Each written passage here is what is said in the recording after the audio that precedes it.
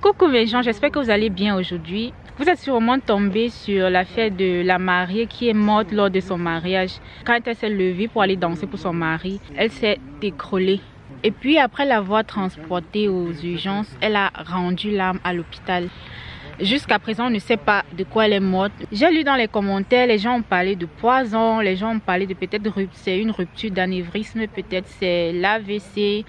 Et un commentaire a attiré mon attention comme quoi ça doit être la surcharge, le stress, les préparatifs de mariage, l'extrême fatigue et peut-être c'est pour ça qu'elle a fait un AVC sûrement. J'ai vécu un truc pareil la semaine passée. J'ai eu une semaine tellement chargée, je sentais la fatigue dans mon corps au point où même mes mains, quand je lavais seulement l'assiette, je sentais que je n'avais plus de force dans mes bras. Je forçais, au lieu de me donner 5 minutes de pause pour récupérer. Vous connaissez les mamans, non? Les mamans veulent toujours tout réaliser en même temps, toutes les tâches ménagères en même temps. Et quand tu fais pas souvent comme ça, on va te traiter de paresseuse. Voilà. On va dire que peut-être c'est une maman paresseuse. Pourtant, on doit écouter notre corps et apprendre à faire pause quand ça ne va pas. Mais j'ai forcé. Et surtout avec l'enfant, quand tu veux d'abord aller te coucher pour faire une petite pause de 5 minutes, il y a l'enfant qui va sortir de nulle part. Maman, j'ai faim, maman, j'ai faim. Tu vas te lever, aller faire un truc à manger. Tu n'as pas de temps. Tu n'as vraiment pas assez de temps à t'accorder. Surtout quand il n'y a pas ton partenaire autour, quoi, pour te faire souffler un peu, prendre l'enfant pour que tu souffles un peu. Ce n'est pas facile. Donc ma semaine était tellement chargée. En plus que j'ai eu une petite altercation avec une réceptionniste de la pédiatrie. Ça m'a tellement touchée que je n'ai fait que penser à ça toute la nuit. Je n'ai même pas pu dormir. Et il y avait tellement le plein d'émotions, le stress, les idées que j'avais dans la tête à vouloir changer de pédiatre, le pédiatre de mon fils.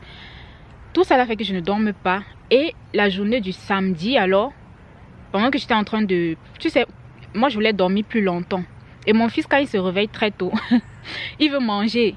Donc mon fils, il se lève, il me dit qu'il veut manger. Je dis, oh, c'est grave. Je me suis donc levée pour aller faire à manger et à la cuisine, j'ai eu une attaque de panique, une crise d'angoisse quoi. Si quelqu'un a déjà eu l'expérience avec ça, vous-même vous savez comment ça se passe.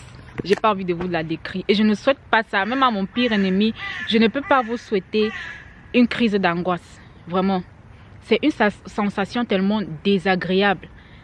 Tu ne sais pas si tu es en train de mourir ou tu es en train de respirer. Tu luttes pour pouvoir contrôler ta respiration. Tu as l'impression de faire l'AVC, tout ça en même temps. Je vous souhaite pas ça. J'aurais souhaité avoir les maux de tête, prendre l'ibuprofène, aller me coucher. Et ça va passer. Mais la crise d'angoisse, vraiment, franchement. En plus, j'étais seule avec mon fils. J'ai eu tellement peur. J'ai voulu appeler les urgences même. Je me suis rappelé la dernière fois, j'ai appelé les urgences. Quand ils sont arrivés à la maison, tout était fini. J'ai dit que non, je ne vais pas faire la même erreur encore. C'est mieux, j'essaye de contrôler ma respiration, je me calme, peut-être ça va passer. J'ai tout laissé ce que je voulais faire là. J'ai fait même mes yeux, je n'ai pas mangé, j'ai tout laissé, j'ai dit non. À l'heure, si je vais me reposer, je vais récupérer. Je sais que c'est la fatigue et tout le stress de la semaine passée, j'ai forcé là. Je vais donner à mon corps ce qu'il réclame, le repos. Donc je suis allée me reposer, je me suis mise au chaud. Parce que quand tu fais une crise d'angoisse, tu transpires et tu as aussi un peu froid, tu attrapes froid. Je me suis endormie, une heure après, c'était passé. J'ai compris que voilà, mon corps avait besoin de repos. Vous n'êtes pas des machines. Apprenez à vous reposer. Vous n'avez rien à prouver à personne. Vous n'avez pas à prouver que vous êtes des bonnes femmes. Vous n'avez pas à prouver que, je ne sais pas, que vous êtes vous êtes hyper productive. Tant que vous avez besoin de repos, reposez-vous.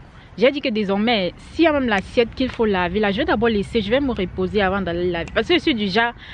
Ah, j'ai fini de laver l'assiette, je vois le papier là-bas, il faut aussi que j'aille balayer là-bas. La bille traîne, je dois prendre la bille, je vais mettre dans la machine à laver. Le truc là fait quoi là-bas, je dois aller ranger ça. Je veux faire tout en même temps, mon cerveau est fatigué. Et en plus de ça, je dois aussi gérer l'enfant à côté. Et comme mon enfant est hyper actif, il est toujours en train de jouer, il ne fait pas de sieste. Mon fils ne fait pas de sieste, il est hyper actif toujours, il veut jouer, il veut jouer, il veut jouer. Je n'ai pas de repos, sauf quand le partenaire n'est pas autour, il n'est pas à côté. Mon Dieu, je dois me reposer désormais, je dois écouter mon corps. Franchement, c'est que j'ai eu, parce que la même journée là, j'ai fait une deuxième attaque au supermarché, mais cette fois-ci, j'étais entourée de personnes et je n'avais pas très peur. pour mon fils. Parce que quand c'était comme ça, j'avais seulement peur que mon fils ici, il est seul. Si il m'arrive quelque chose de grave, il va faire comment en fait? Qui va dire à qui? Parce que j'entends souvent les gens, j'entends souvent les histoires comme on est venu retrouver une fille morte dans sa chambre, dans le sommeil. Elle a seulement dit qu'elle va se reposer, elle va se coucher, elle ne se réveille plus. Je me dis, mais est-ce que ce n'est pas ça? Et ce sont toujours des femmes qui avaient des enfants, les gens qu'on vient retrouver morts dans leur chambre. Moi, je me dis, mais est-ce que ce n'est pas ça, le fait de négliger en fait les signaux que notre corps nous renvoie et nous demande de nous reposer, mais on ne veut pas écouter? Est-ce que ce n'est pas ça? Est-ce que c'est pas souvent ça, l'excès de fatigue, le stress, tout ça là? Est-ce que c'est pas ça? Il faut souvent libérer sa tête. Ne pensez à rien, allez se reposer tout simplement. Vous voyez ça? Vous voyez ce ganglion que j'ai, n'est-ce pas? J'ai ce ganglion-ci. La dernière fois c'est venu, c'est parti, c'est reparti. Mais cette fois-ci c'est venu, c'est resté. Je suis allée chez le médecin, il m'a dit que c'est un ganglion et que je vais aller voir un chirurgien de la main là. Ouais. Il va vérifier si une opération est nécessaire. On va peut-être opérer et enlever l'eau qui est à l'intérieur. C'est désagréable. Ce n'est pas grave, hein. C'est pas grave. Elle m'a dit c'est pas grave. Mais c'est désagréable. Ça m'empêche souvent de dormir. Ça démange. C'est apparu parce que vous savez que je travaille dans la gastronomie et j'ai pas besoin de vous dire comment la gastronomie est. Quand moi je travaille, j'ai toujours envie de travailler à tel point que j'ai envie de finir vite, rentrer à la maison, me reposer ou aller chercher mon enfant.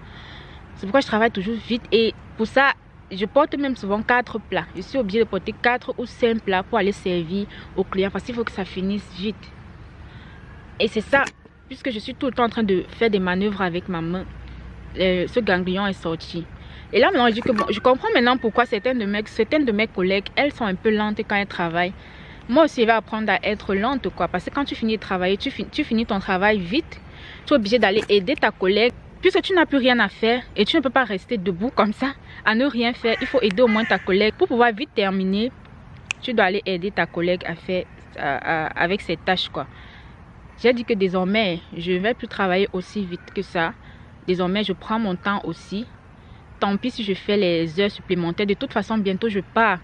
J'ai encore peut-être 4 mois et je pars. Je quitte l'entreprise. Je prends mon année sabbatique comme je vous avais parlé la dernière fois. Et je me repose. Je pense que pendant mon année sabbatique, cette bosse-ci va disparaître.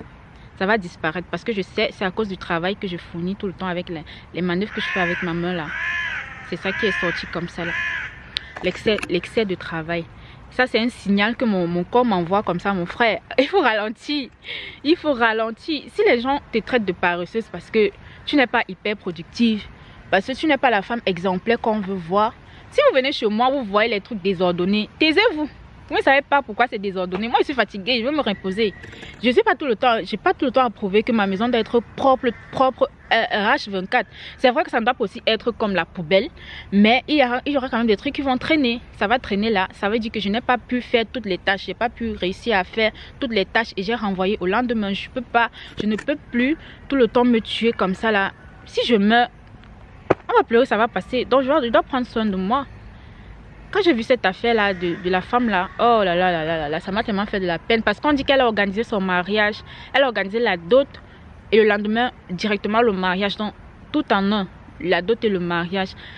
Est-ce que ta tête est même, tu es seulement là à réfléchir, oh est-ce que tout se passe bien, est-ce que tu es fatigué et après ça y est encore la lune de miel. Ça fatigue, il faut apprendre à écouter son corps, sérieux. Non, sérieusement, il faut apprendre à écouter son corps. Apprenez à vous reposer, apprenez à prendre une pause. La petite crise que j'ai eue là, j'ai dit même petite crise comme ça là, on simplifie la crise d'angoisse. Ça aurait pu se transformer en AVC, qui sait.